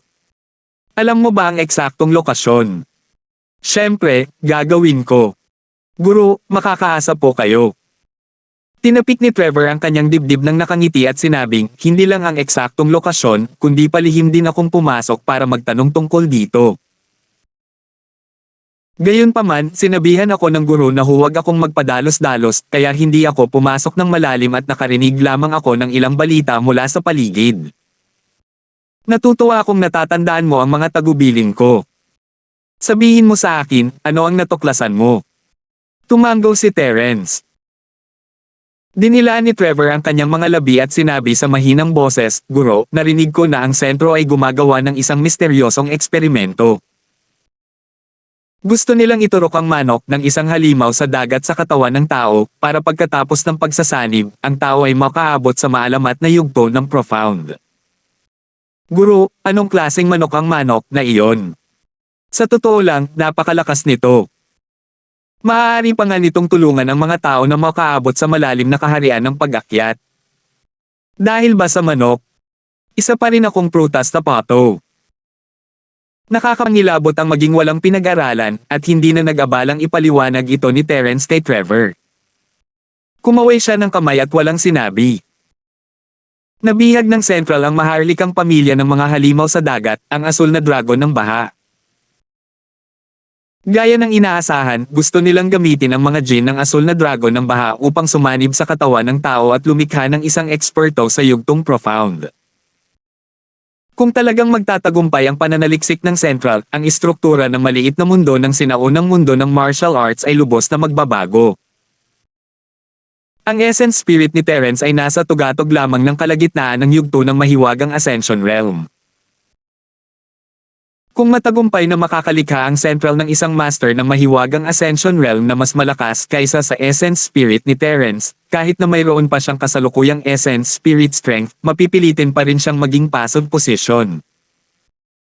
Itinaas ni Terence ang kanyang ulo at nakita ang mukha ni Trevor na puno ng pananabik.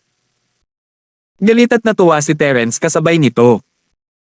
Ang lalaking ito ay isang panatiko na gustong pagbutihin ang kanyang lakas. Kaya niyang gawin ang lahat para dito. Malamang ay hindi siya makakawala rito matapos niyang isipin ang kapangyarihan ng mahiwagang yugto ng pag-akyat. Ano, naiinggit ka ba? Gusto mo bang bumalik sa sentro para sumailalim sa mga eksperimento at tingnan kung makakarating ka sa maalamat na yugto ng profound? Napaawang ang mga labi ni Terence habang mahinang nagtanong. Nanginig ang buong katawan ni Trevor, at mabilis siyang ngumiti at sinabi ng may katwiran, paano ko nagawa iyon? Si Trevor ay tauhan ng Panginoon habang buhay at multo ng Panginoon habang kamatayan. Paano niya naiisip na bumalik sa gitna para kumuha ng henyin? Kahit na magtagumpay siya, magiging bastos pa rin siya. Imposible iyon. Walang magawang umiling si Terence. Sinong tao ng amo sa buhay at multo ng amo sa kamatayan? Napakalambot nito.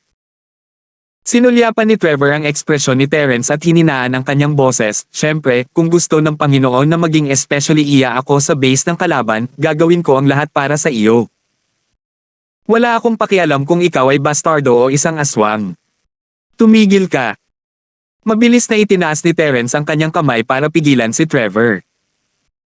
Pulala ng pulala ang kalokohang ito, ngunit halata ang kanyang pagnanais na maabot ang yugto ng profound. Kailangan lang niyang iguhit ito sa kanyang mukha. Masunaring itikom ni Trevor ang kanyang bibig, ngunit iniisip niya sa kanyang puso, kung hindi mo ako kontrolado, tiyak na susubukan kung maabot ang yugto ng profound. Iyon ang maalamat na yugto ng profound. Nakikita kong isa kang batang walang karanasan.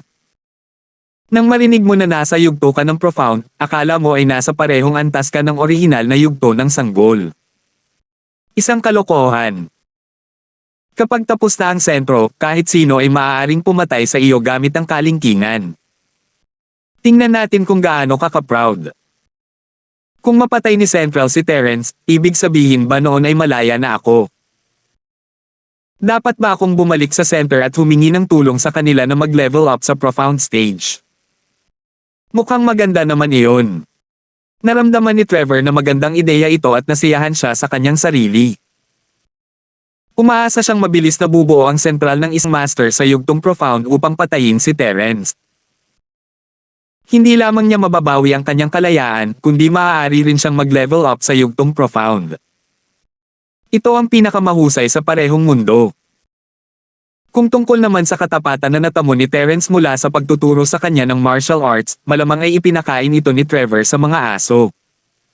Sumulyap si Terence kay Trevor. Pakiramdam niya ay medyo kakaiba ang ekspresyon ng lalaking ito. Hindi niya alam kung ano ang iniisip nito, ngunit matapos marinig ang mga sinabi ni Trevor, nagkaroon ng mga bagong ideya si Terence. Trevor, base sa sinasabi mo, kung may pagkakataon, talagang nangangahas ka bang sumali sa mga eksperimento ng center? Inayos ni Terence ang kanyang mga iniisip habang nagtatanong. 5,618. Mabilis na inalis ni Trevor ang mga maling akala sa kanyang puso at maingat na sinabi, bakit ako hindi? Hanggat utos ito ng Panginoon, ako, si Trevor, ay hindi matatakot kahit mamatay pa ako. Isa pa, ito ay isang pagkakataon upang i-upgrade si Profound, ang maalamat na si Profound. Sulit ang kaunting pagsubok. Hindi ito isang maliit na panganib. Malaki ang posibilidad na ang iyong bagong reincarnated na katawan ay matatapos muli, at sa pagkakataong ito, kahit ang iyong primordial spirit ay maaaring mamatay. Hindi tinatakutin ni Terence si Trevor. Kahit na hindi niya alam ang tungkol sa mga eksperimento ng Central, maaari pa rin niya itong mahinuha. Anong klaseng panganib yan? Kung ikukumpara sa pagsulong sa mahiwagang yugto ng Ascension at pagiging tunay na numero 1 sa maliit at sinaunang mundo ng martial arts, ang ganitong uri ng panganib ay maaaring tuluyang baliwalain. Hindi mapigilan ni Trevor na ibunyag ang kanyang mga iniisip. Para maging mas malakas, kaya niya talagang gawin ang lahat. Tiningnan ni Terence si Trevor ng kakaiba at tumango, nakakagaan ng loob kong marinig yan.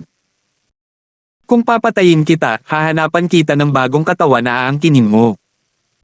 Ah! Guro, anong ibig mong sabihin dito? Natulala si Trevor. Alam ba niya ang iniisip ko, kaya gusto niya akong patayin? Hindi tama iyon.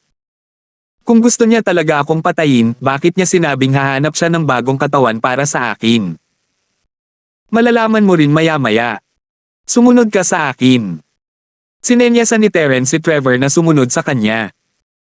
Sumakay sila sa isang aerial spirit beast sa labas ng bayan ng Pai at lumipad patungo sa isang liblib na lugar sa sinaunang kabundukan. Sa katunayan, biglang naisip ni Terence ang isang problema.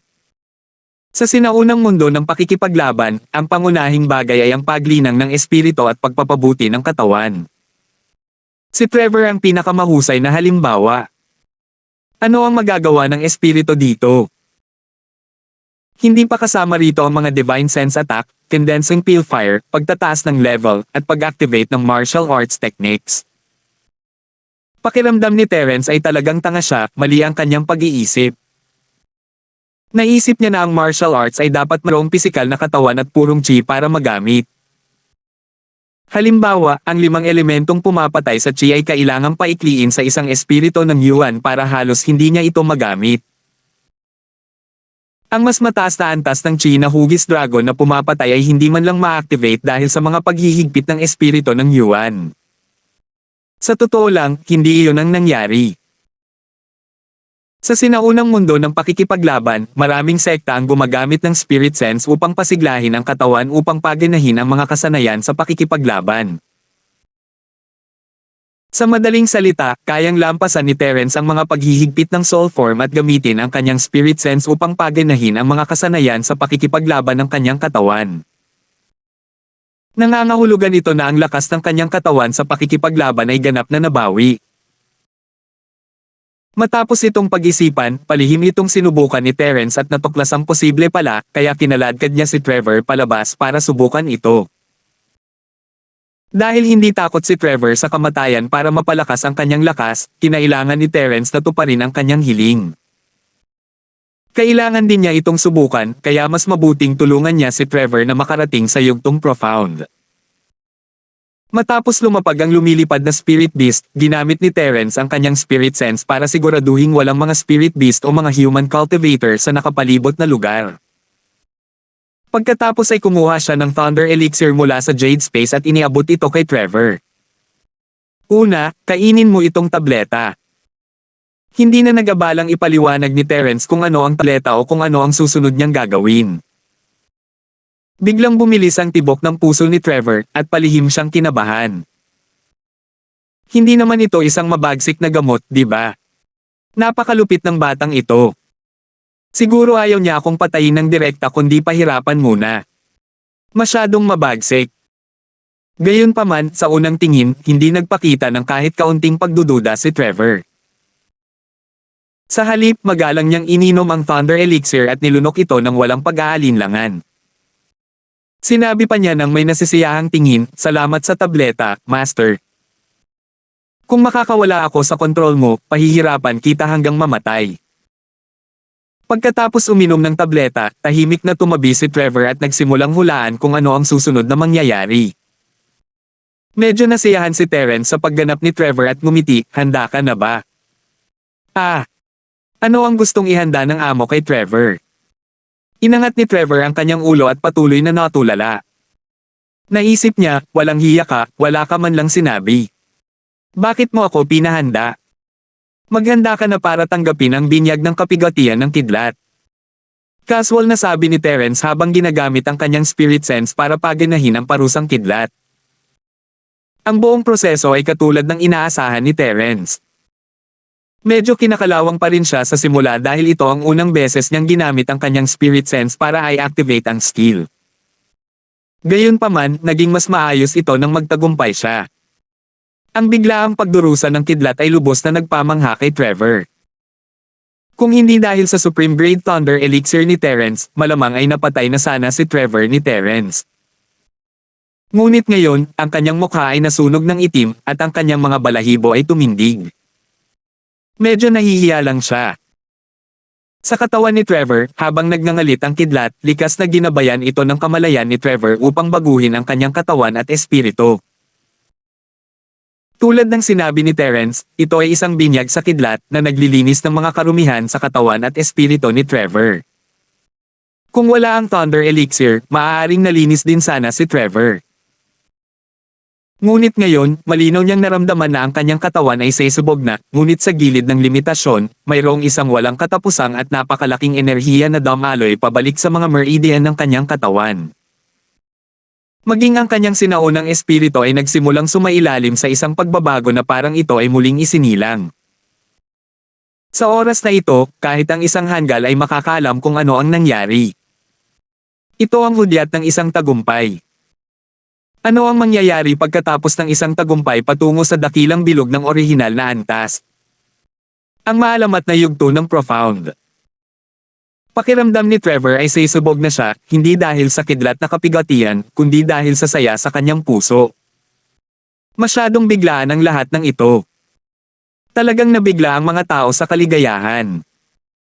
Maya-maya, tumigil ang Thunder Tribulation, at ang aura ni Trevor ay kumalat ng hindi mapigilan. Ang ganitong makapangyarihang pakiramdam ay hindi pa nakikita sa maliit na Jangho noong sinaunang panahon sa loob ng libu-libong taon. Ang galing! Ang galing! Sesubog na ako. Nakapasok na ako sa maalamat na yugto ng profound. Siya na ngayon ang numero 1 tao sa maliit na Jangho ng sinaunang panahon. Sa sobrang tuwa ni Trevor, hindi niya napigil ang sumigaw sa langit. Para sa isang taong dedikado sa pagpapahusay ng kanyang lakas, ano pa ba ang mas sasaya pa kaysa sa pagiging numero 1 sa mundo? Kung mayroon man, ang tanging natitira na lang ay ang patayin ang taong kumokontrol sa kanya. Si Trevor, na lumulutang sa ere, ay nagpasyang patayin si Terence. Bagamat sinabi ni Terence na kaya niyang kontrolin ang buhay at kamatayan ni Trevor sa pamamagitan ng isang pag-iisip, puno na ng kumpiyansa si Trevor ngayon. Naisip niya na kaya niyang patayin si Terence bago pa man makareact si Terence. Pinayagan talaga ako ng tanggang ito na umakyat sa profound rank ng ganoon lang. Iniisip ba talaga niya na handa akong maging alipin niya habang buhay? Kalokohan yan.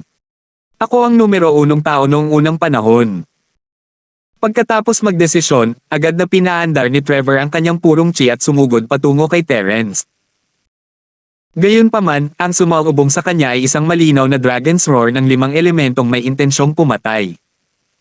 5,619. Kasabay ng isang malakas na kalabog, ang bagong promote na numero 1 lalaki ng panahon ng Archeozoic, si Trevorio, na minamaliit ang mundo, ay nagpagulong-gulong ng ilang beses sa ere at sunod-sunod na natamba ang ilang malalaking puno. Sa wakas, tumama siya sa isang bato at nabasag ito. Si Trevor, na dumulas pababa mula sa bato, ay agad na lumuhad ng masunurin. Ang kanyang mga mata ay puno ng luha. Napakasakit. Nasa yugto ako ng profound. Ang numero 1 lalaki ng sinaunang panahon. Bakit ang sakit-sakit?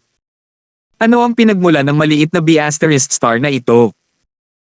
Sa harap niya, ang isang profound stage cultivator ba ay isa ring masa na maaaring masahin ayon sa gusto niya? Huwag mong sabihin na wala akong araw para sumikat. Dahan-dahang lumapag si Terence sa harap ni Trevor at tumingin dito ng may bahagyang ngiti, anong ginagawa mo? Nakaluhod at umiiyak. Sa katunayan, kung gusto ni Terence na patayin si Trevor, kailangan lang niya itong pag-isipan, ngunit hindi madaling dalhin si Trevor sa yugtong profound. Ayaw ni Terence na patayin siya ng ganoon kadali, kaya ginamit niya ang hugis dragon na intensyong pumatay upang turuan si Trevor ng isang maliit na aral. Matapos malaman kung paano gamitin ang spirit sense para paganahin ang martial skill, bumalik na sa normal ang lakas ni Terence. Hindi na siya matatakot sa isang sect na magbubukas ng big shot, lalo na kay Trevor na nasa maagang yugto pa lamang ng misteryosong ascension. Nagpapasalamat si Trevor sa Panginoon. Kung wala ang Panginoon, paano magkakaroon ng kasalukuyang Trevor? Hindi iisipin ni Trevor na makakarating siya sa maalamat na yugto ng profound sa kanyang buhay. Nangilid ang mga luha ni Trevor sa tuwa at pasasalamat. Matapos sabihin ang mga salitang ito, humanga si Trevor sa kanyang sarili. Napakatalino niya. Ang talino niya. Sa sobrang talino ko, siguradong magkakaroon ako ng pagkakataong makatakas mula sa masasamang kamay ng batang ito. Ah, talaga. Kung ganoon, ano ang sinusubukan mong gawin at sumugod ka rito? Hindi makapaniwala si Terence sa kalokohan ng lalaki *K halatang umiiyak siya at nagmamakaawa dahil nasasaktan siya na parang nagsasabi siya ng totoo. Ngayon lang. Gusto sanang magpanggap na tanga ni Trevor pero naisip niya na hindi talaga gagana ang pagpapanggap na tanga kaya agad niyang sinabi ng may ekspresyon ng pag-iisip, ngayon lang. Masyado akong natuwa pagkatapos ng upgrade at gusto kitang yakapin para maipahayag ang aking pasasalamat at magdiwang. Hindi ko inaasahan na mawawalan ako ng kontrol sa aking aura kaya medyo naging pabaya ako. Kasalanan ito ni Trevor. Parusahan mo naman ako, Panginoon. Kaya pala ganoon ang nangyari, kalimutan mo na lang yun. Bahagyang ngumiti si Terence. Hindi mahalaga kung may maliliit na iniisip si Trevor. Ayos lang na patumbahin siya paminsan-minsan. Hindi rin naman siya makakatakas mula sa palad ni Terence, kaya hinayaan niya na lang ito. Ngumiti si Trevor doon nang may pambabula at sinabing, napakalakas ng galaw ni Master ngayon lang. Talagang makapangyarihan, dominante, at walang talo. Ano nga ba ang tawag sa galaw na iyon? Siya nga pala, nang makitang pinalipad ng Master si Trevor gamit ang isang casual na sampal, tila umabot na sa hindi maarok na antas ang lakas ng Master. Iniisip ko kung may pagkakataon ba si Trevor na maabutin ang ika-10 bahagi ng Master. Alam ni Terence na sinusubukan ng lalaki na makakuha ng impormasyon tungkol sa kanyang lakas, hindi naman ito malaking bagay na sabihin sa kanya, pero ayaw ni Terence na makuha niya ang gusto niya. Bahagya siyang ngumiti, sumunod ka sa akin at magtrabaho para sa akin. Magkakaroon ka ng pagkakataong maabutin ako sa hinaharap. Isang 10 bahagi. Ngumisi si Trevor sa kanyang puso, ngunit ngumiti pa rin siya ng maliwanag at magalang na sinabi, kung gayon, nagpapasalamat ako sa iyong gabay, Panginoon. Sige. Balik na tayo. Kumaway si Terence kay Trevor na sumunod sa kanya pabalik sa guho ng bayan, ngunit iniisip niya ang pagpapahusay ng sarili niyang lakas. Bilang isang paksa sa pagsusulit, si Trevor ang pinakaangkop. Dahil napatunayang magagawa ito, kinailangang isipin ni Terence kung sino ang susunod na makakarating sa yugtong profound. Taglay niya ang Thunder Elixir at kayang gawin ang parusang kidlat, kaya ang tanging problema ay kung sino ang tamang tao. Ngayon, ang pinakaangkop ay, syempre, ang walang talo na sinaunang isa. Siya ay isang veterano ng dakilang bilog ng orihinal na antas na nakapag-ipon ng mahigit 100 taon ng karanasan. Gamit ang Thunder Elixir at Thunder Tribulation, halos naging natural na para sa kanya ang pag-akyat sa mahiwagang yugto ng pagsikat. Kung tungkol naman kina Woking at Reggie, pareho nilang naabot ang tugatog ng bagong Soul Realm sa tulong ng mga elixir. Kung wala silang sapat na karanasan, kahit nasubukan nilang mag-level up gamit ang Thunder Elixir at Thunder Tribulation, maaaring hindi sila magtagumpay. Maaari pa nga nitong gawing mas mahirap para sa kanila ang pag-level up sa hinaharap, kaya hindi plano ni Terence na yayain silang pumunta ngayon. Bukod sa walang talong Tego, may isa pang angkop na kandidato, si Fernan. Isa siyang veterano sa mga bagong silang na kaluluwa at may magandang relasyon kay Terence. Dapat niya itong tulungan para sa kapakanan ni Truett bukod pa sa kailangan ni Terence ang kapangyarihan ni Fernan para harapin ang Central Force. Kasama ang 3 Profound Masters na ito, maaaring pumunta si Terence sa bundok ng Sub-Hero upang magdulot ng gulo pagkatapos ng sinaunang pista. Mas makabubuti kung mailigtas niya ang Blue Flood Dragon bago ang napagkasundo ang oras ng pagtitipon. Sa totoo lang, ayaw talaga ni Terence na makarating sa pampang hukbo ng halimaw sa dagat. Magiging abala kung gusto nila ang lupain at ayaw umalis. Madaling patayin silang lahat, ngunit hindi sulit na maging kaaway ng walang katapusang dagat. Oo, sagot ni Trevor. Hindi niya ito ipinakita sa mukha at magalang na sumunod kay Terence pabalik, ngunit natatawa siya sa kanyang puso. Nakalimutan na niya ang lektura ni Terence, at ang saya ng pag-abot sa yugto ng profound ay bumalik muli. Gustong tumawa ni Trevor. Nako, ano ba ang ginawa ng gago na si Jan Feng sa mga kasuklam-suklam na taong iyon sa gitna? Sa huli, naging bastardo siya. Matalino talaga akong sumunod sa master at maging master ng misteryosong yugto ng Ascension at maging purong master pa nga. Kailangan ko munang sundan ng mabuti ang master mula ngayon. Hindi, dapat ko muna siyang linlangan para mapataas ang lakas ko sa mas mataas na antas at pagkatapos ay maging agresibo. Ihahampis ko ang maliit na kaluluwang iyon sa pader at tuluyang lalayo sa kanyang kontrol. Hindi naman masama ang planong ito. Ganito na lang natin gawin. Palihim na gumawa ng maraming plano si Trevor sa kanyang puso at hindi namamalayang bumalik sa bayan ng Linford. Pagkatapos bumalik sa bayan ng Ying, sinabihan ni Terence si Trevor na manatili sa sekta ng Percival habang hahanapin niya ang di matatawarang si Tego at si Fernan para sumama sa kanya. Nagtiwala ang dalawa kay Terence at umalis nang walang sinasabi. Bumaba si Terence sa lumilipad na spirit beast sa lugar kung saan nakalusot si Trevor dati at sinabi sa dalawa ng may seryosong mukha, Elder Fei-Shing, Elder Bubay, tinawag kita sa pagkakataong ito dahil may isang bagay akong kailangan mong pagdesisyonan. Ano man ang iyong huling desisyon, hindi mo kailangang isaalang-alang ang opinyon ko. Naiintindihan mo ba? Hindi ko lubos maintindihan. Medyo tapat na sabi ni Invincible Primordial at umiling, Master Linford, bakit hindi mo nalang sabihin? Basta't problema mo, ako, Invincible Primordial, ay tiyak na gagawin ko ito ng walang pag-aalinlangan. Tumango rin si Fernan Linford at sinabing, Kuya Linford, pakisabi naman sa akin kung may kailangan ka. Gagawin ng disipulo ang lahat para makipagtulungan. 5,620. Simula nang maayos ni Terence ang nawawalang arts ng pamilyang Salter, tinanggap na ni Fernan si Terence bilang kanyang Grandmaster, at kung maaari, gusto rin niyang makilala ang babaeng Grandmaster na iyon mula sa pamilyang Salter. Natural lang, kailangan niyang maging mas magalang kay Terence. Hindi ito tungkol sa akin, tungkol ito sa inyo, bahagyang ngumiti si Terence.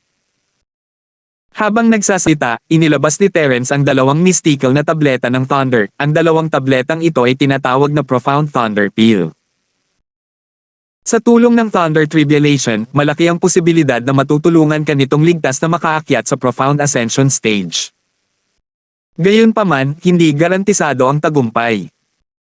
Ang tinatawag na kaligtasan ay hindi nangangahulugang walang panganib.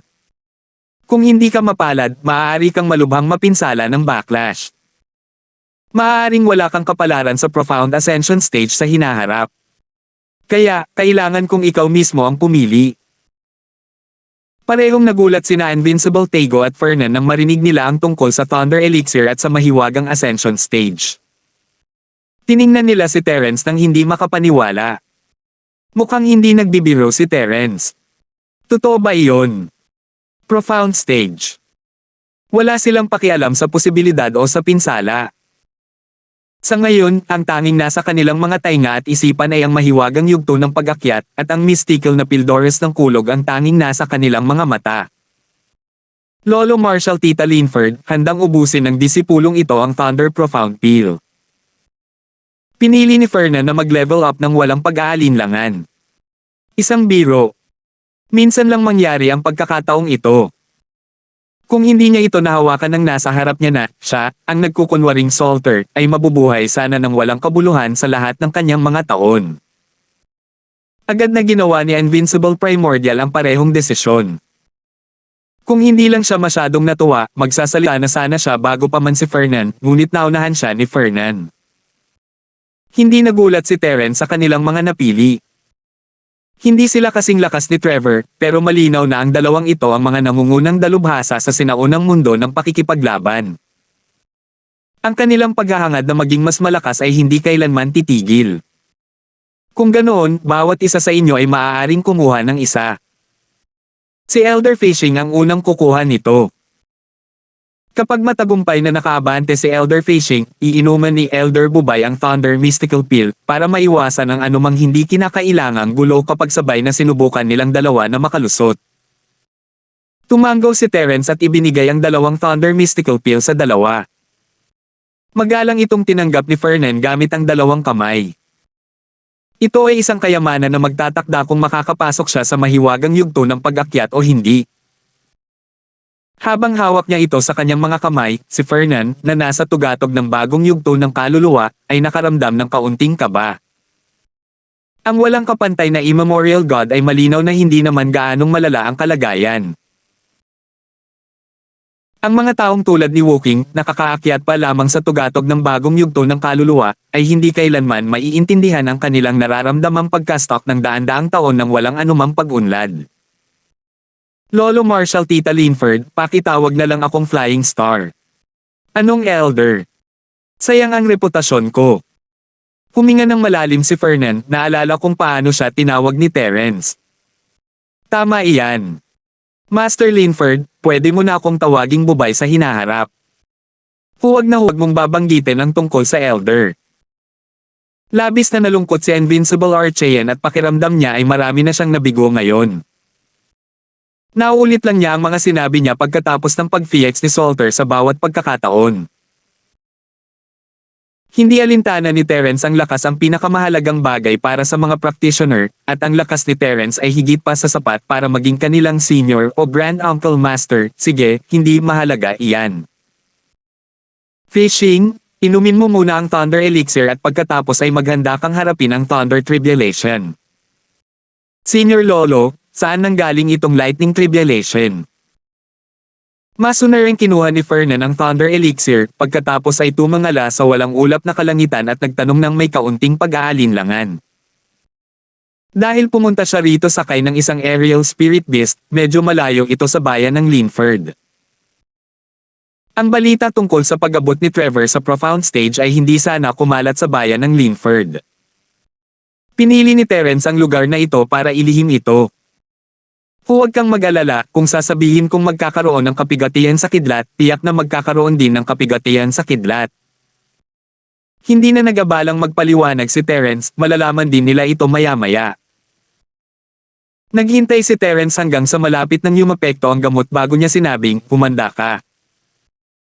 Pagkatapos noon, ginamit niya ang kanyang divine sense para paganahin ang martial technique na nagpasimula ng lightning tribulation. Siyempre, ang kapighatyang kidlat na dulot ni Terence ay hindi maihahambing sa tunay na kapighatyang iyon, ngunit sina Fernan at ang walang talo na sinaunang tao na hindi pa nakakita ng kapighatyang kidlat noon ay parehong nagulat. Si Fernan, na dumaranas ng kapighatyang kidlat, ay walang oras para obserbahan at maramdaman ito, ngunit sinimulan niyang sikapin ang kanyang makakaya upang makarating sa yugtong profound pagkatapos ng pagkabigla. Sa kabilang banda, si Invincible Tego ay lubos na humanga sa lakas ni Terence. Kaya niyang ipatawag ang kapangyarihan ng langit at lupa ng mag-isa, hindi na ito isang kasanayan sa pakikipaglaban, kundi isang maalamat na kakayahang parang Diyos. Biglang naramdaman ng walang talong si Tego na napakaswerte niya na makakilala ng isang taong katulad ni Terence, na nakatadhana para maging pambihira. Sa simula, nakikipagtulungan lang siya kay Terence para gantihan ito, ngunit nang makita ang lakas ni Terence, lahat ng ito ay nauwi sa respeto at paggalang. Pagkaraan ng maikling panahon, matagumpay na nakapasok si Fernan sa mahiwagang yugto ng Ascension at madaling napatetag ang kanyang lakas. Tutal, isa siyang veterano ng Great Circle ng orihinal na antas sa loob ng maraming taon. Mas malakas siya kaysa kay Trevor, na mabilis na na-promote ng center. Hanggang ngayon, medyo hindi pa rin matatag ang aura ni Trevor na nagpapakita ng agwat sa pagitan ng akumulasyon ng dalawa. Salamat, Marshal Grand Uncle, sa tulong mo. Matapos maramdaman ni Fernan ang hindi may lalarawang kapangyarihan sa kanyang katawan, agad siyang lumapit at yumuko habang ang mga kamay ay nakakuyong sa harap ng kanyang dibdib. Hindi si Trevor si Fernan. Hindi niya hahayaang magalit ang malaking pagtaas ng lakas niya dahil lang sa pagpasok niya sa yugtong profound. Sa kabaligtaran, si Terence, na madaling makapagpaangat sa kanya, ay lalong nagpatindi ng kanyang lakas sa puso ni Fernan.